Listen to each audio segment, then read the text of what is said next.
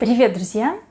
В этом видео я покажу вам мои эксперименты с самозастывающей глиной.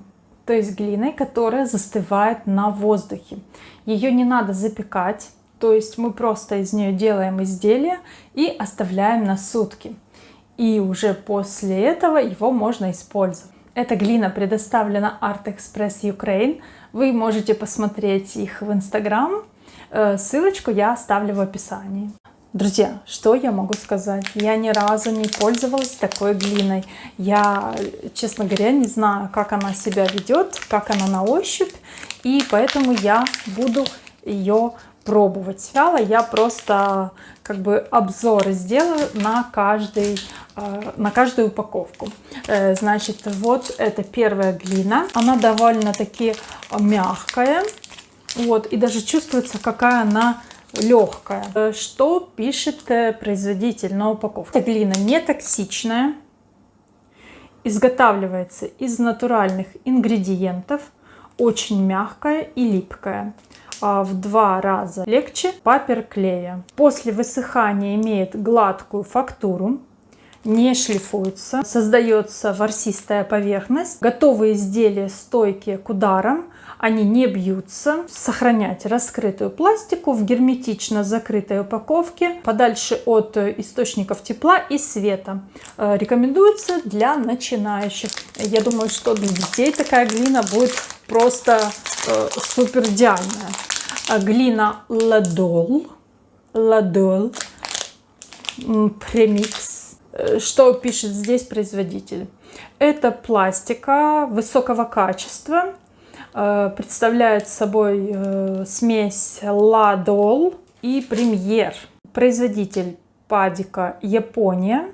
Прекрасно подходит для создания самых тонких деталей. Мягкая, гибкая, легкая в работе, прочная после застывания. Поверхность бархатистая, напоминает древесину. Хорошо текстурируется тканью и другими фактурами. Легко разглаживается и шлифуется. Не трескается. Хранить также раскрытую пластику в герметично закрытой упаковке вдали от источников тепла и света. Размять пластику увлажненными руками, слепить изделие и оставить до полного остывания на 24 часа при комнатной температуре. Чем же отличается пластика Премьер от Ладол? Это пластика также японская. Производитель пишет, что эта пластика есть усовершенствованная форма Ладол. Она легче и более мелкого помола. Имеет чисто белый цвет. Применяется как основной материал в изготовлении кукол, особенно шарнирных и аксессуаров. А основные свойства этой глины: она мягкая, эластичная, прочная после застывания. Она не трескается, легко шлифуется, идеально смешивается с другими глинами для изменения консистенции. Размять пластику увлажненными руками, слепить изделие, оставить до полного остывания на 24 часа при комнатной температуре. Для реставрации сломанных деталей достаточно смочить края взлома водой и плотно прижать друг к другу. Хранить в герметично закрытой упаковке. И последняя глина, которую я сейчас рассматриваю, это Fimo Basic Air Clay. Здесь написано, что она самозастывающая, ее надо оставлять на 24 часа, ее не запекают ни в коем случае. Она подходит больше для деток и для начинающих, тех, кто хочет начать работу с лепкой. Еще, друзья, эта глина произведена в Германии. И это тот производитель, глиной которой я пользуюсь постоянно, полимерной глиной. Теперь я хочу посмотреть, что это за самозастывающая глина и как она себя ведет в работе. Друзья, мы сейчас непосредственно перейдем к лепке. Ну что, друзья, начнем открывать глину. Она напоминает какое-то мороженое. Очень интересная фактура у нее. Она немножко оставляет влажности на руках. Очень легкая, настолько легкая, прям вот воздушная. Эту глину мы сейчас отложим. Здесь надо будет смочить пальцы. Тоже она белого цвета. она больше прилипает к пальцам. Поэтому пальцы нужно все время смачивать водой. Так, я ее тоже сейчас отложу и посмотрим дальше. Отрываю кусочек. Более плотная, более тяжелая. Цветом немножко отличается.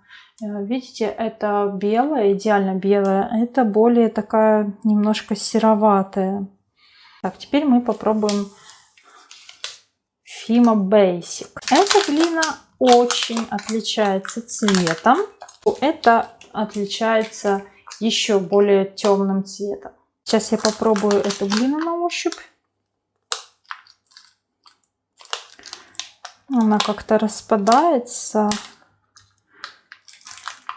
Видите, на какие-то пласты.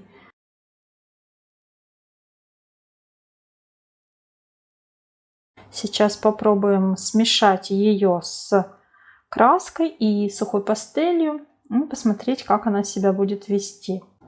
Так, значит, эти кусочки все я пока откладываю и возвращаюсь к первой глине, с которой я начинала.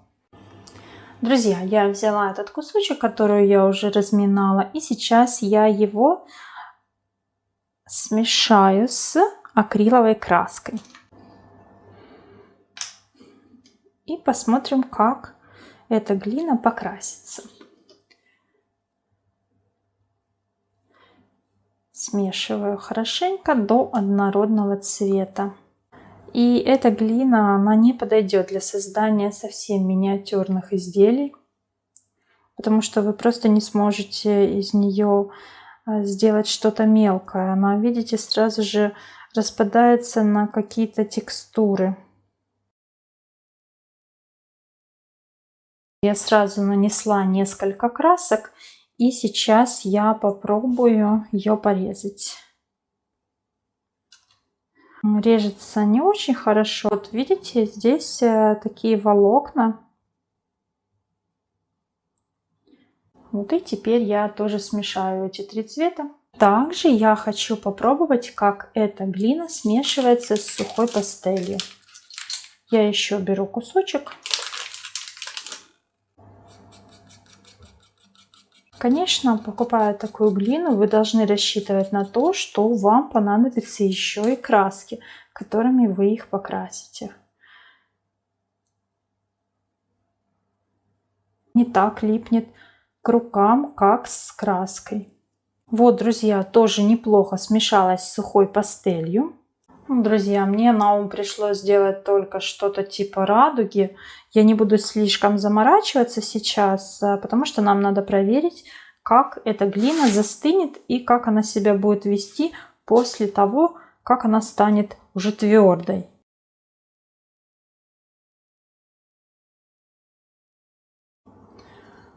Друзья, мне не хватило зеленой глины, чтобы обернуть верхушку, поэтому я поменяю зеленую и коричневую. Теперь я лишнее отрежу.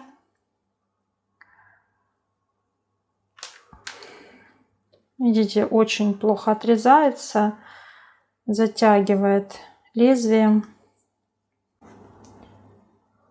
Я оставлю до завтра.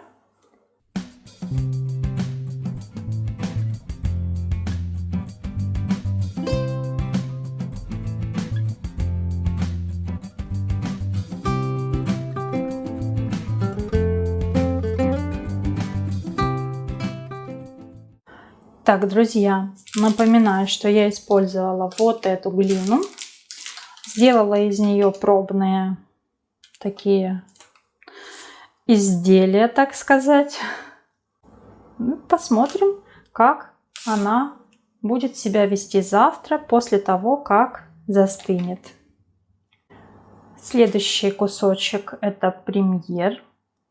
Я сейчас тоже окрашу его, посмотрю, как он себя ведет в покраске. Так, тоже, кстати, разрезается плохо. Ворсинки, которые не дают этой глине хорошо разрезаться. Она очень сильно собирает пыль и грязь. Значит, сейчас я покрашу в 3 цвета акриловой краски и оставлю немножко на сухую пастель. Я взяла желтый цвет и его вмешиваю в глину. Глина липнет, поэтому я смачиваю. Ой, она прям выскальзывает у меня между пальцев. Как видите, у меня, кстати, и влажные руки, все равно глина очень липнет. Ну, лепить из нее, мне кажется, довольно-таки сложно будет.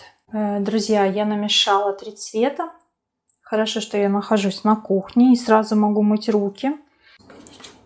Вот сейчас я попробую смешать с сухой пастелью.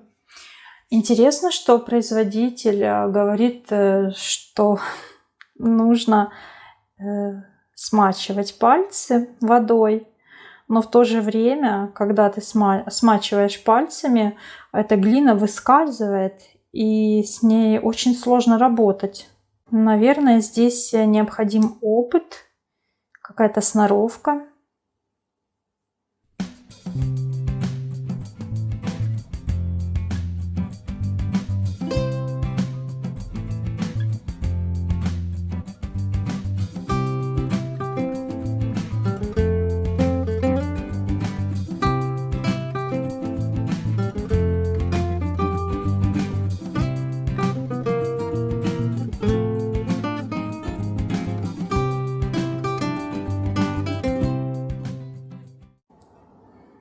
Похоже на детские поделки.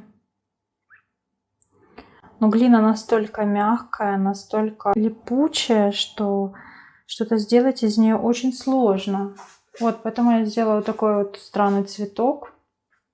Я его оставлю застывать до завтра и посмотрю, как эта глина после того, как она высохнет. Друзья, я взяла следующую глину Ладол.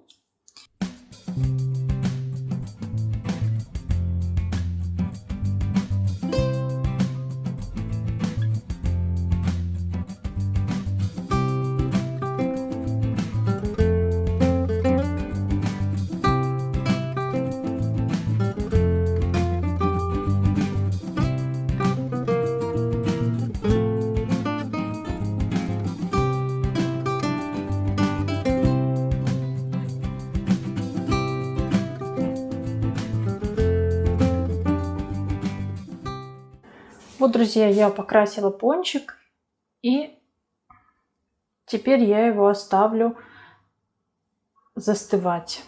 Друзья, теперь я пробую последнюю глину. Кстати, сейчас попробую, как она режется. Кстати, вот она режется довольно хорошо, потому что в ней нет вот этих ворсинок. Я тоже покрашу эту глину и посмотрю, как она будет. Сейчас я возьму еще больше кусочек, потому что, мне кажется, этого будет мало. Так, смотрим, как она смешивается. Ой-ой-ой, все руки в краске. Вы видите, эта краска довольно плохо смешивается с глиной. Ну, глина вроде как и красится, но краска больше остается на поверхности. Больше покрасились пальцы. Глина довольно плотная. Нужно прилагать усилия.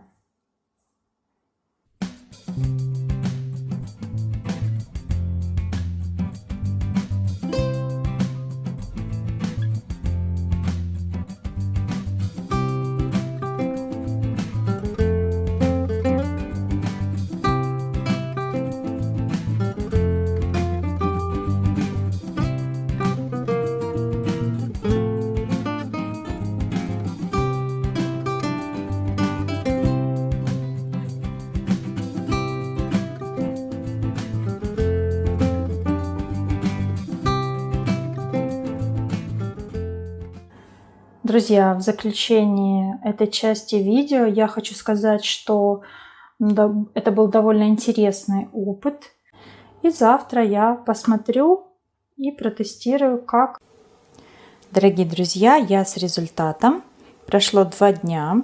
Вчера я смотрела, кое-какие детали еще не успели высохнуть. Значит, начну с глины первой, которую я тестировала. Значит, она очень легкая, застыла хорошо. И при этом она мягенькая. Вот можно нажать и почувствовать, как она сжимается. Вот, радуга моя немножко распалась на части. То есть они не приклеились. Вот, напоминает даже пенопласт. Так, второй я делала вот эту глину. Значит, очень легкая, просто воздушная, но сжать нельзя. Она очень крепкая. Видите, я могу ее даже постучать. Очень легкая. Ну, сломать, если захотеть, то можно. Видите, кусочек отвалился. Друзья, пончик застыл, в принципе, хорошо сверху, но почему-то вот здесь он остается еще до сих пор мягкий. Это так, он крепкий. И мой гриб распался на части, как видите, полностью. То есть его надо, наверное, будет отдельно приклеивать. Ну, кстати, затвердел хорошо. Вот даже можно послушать звук. Вот, то есть части затвердели хорошо. И я думаю, что я их склею и покрашу. Потом покажу, как получился гриб. Вот так прошли мои эксперименты, мое знакомство с самозастывающей глиной. Друзья, если у вас есть какие-то вопросы, советы, пожелания, пишите в комментариях. Спасибо за просмотр. Подписывайтесь на канал, если вы еще не подписаны. И до новых видео. Пока!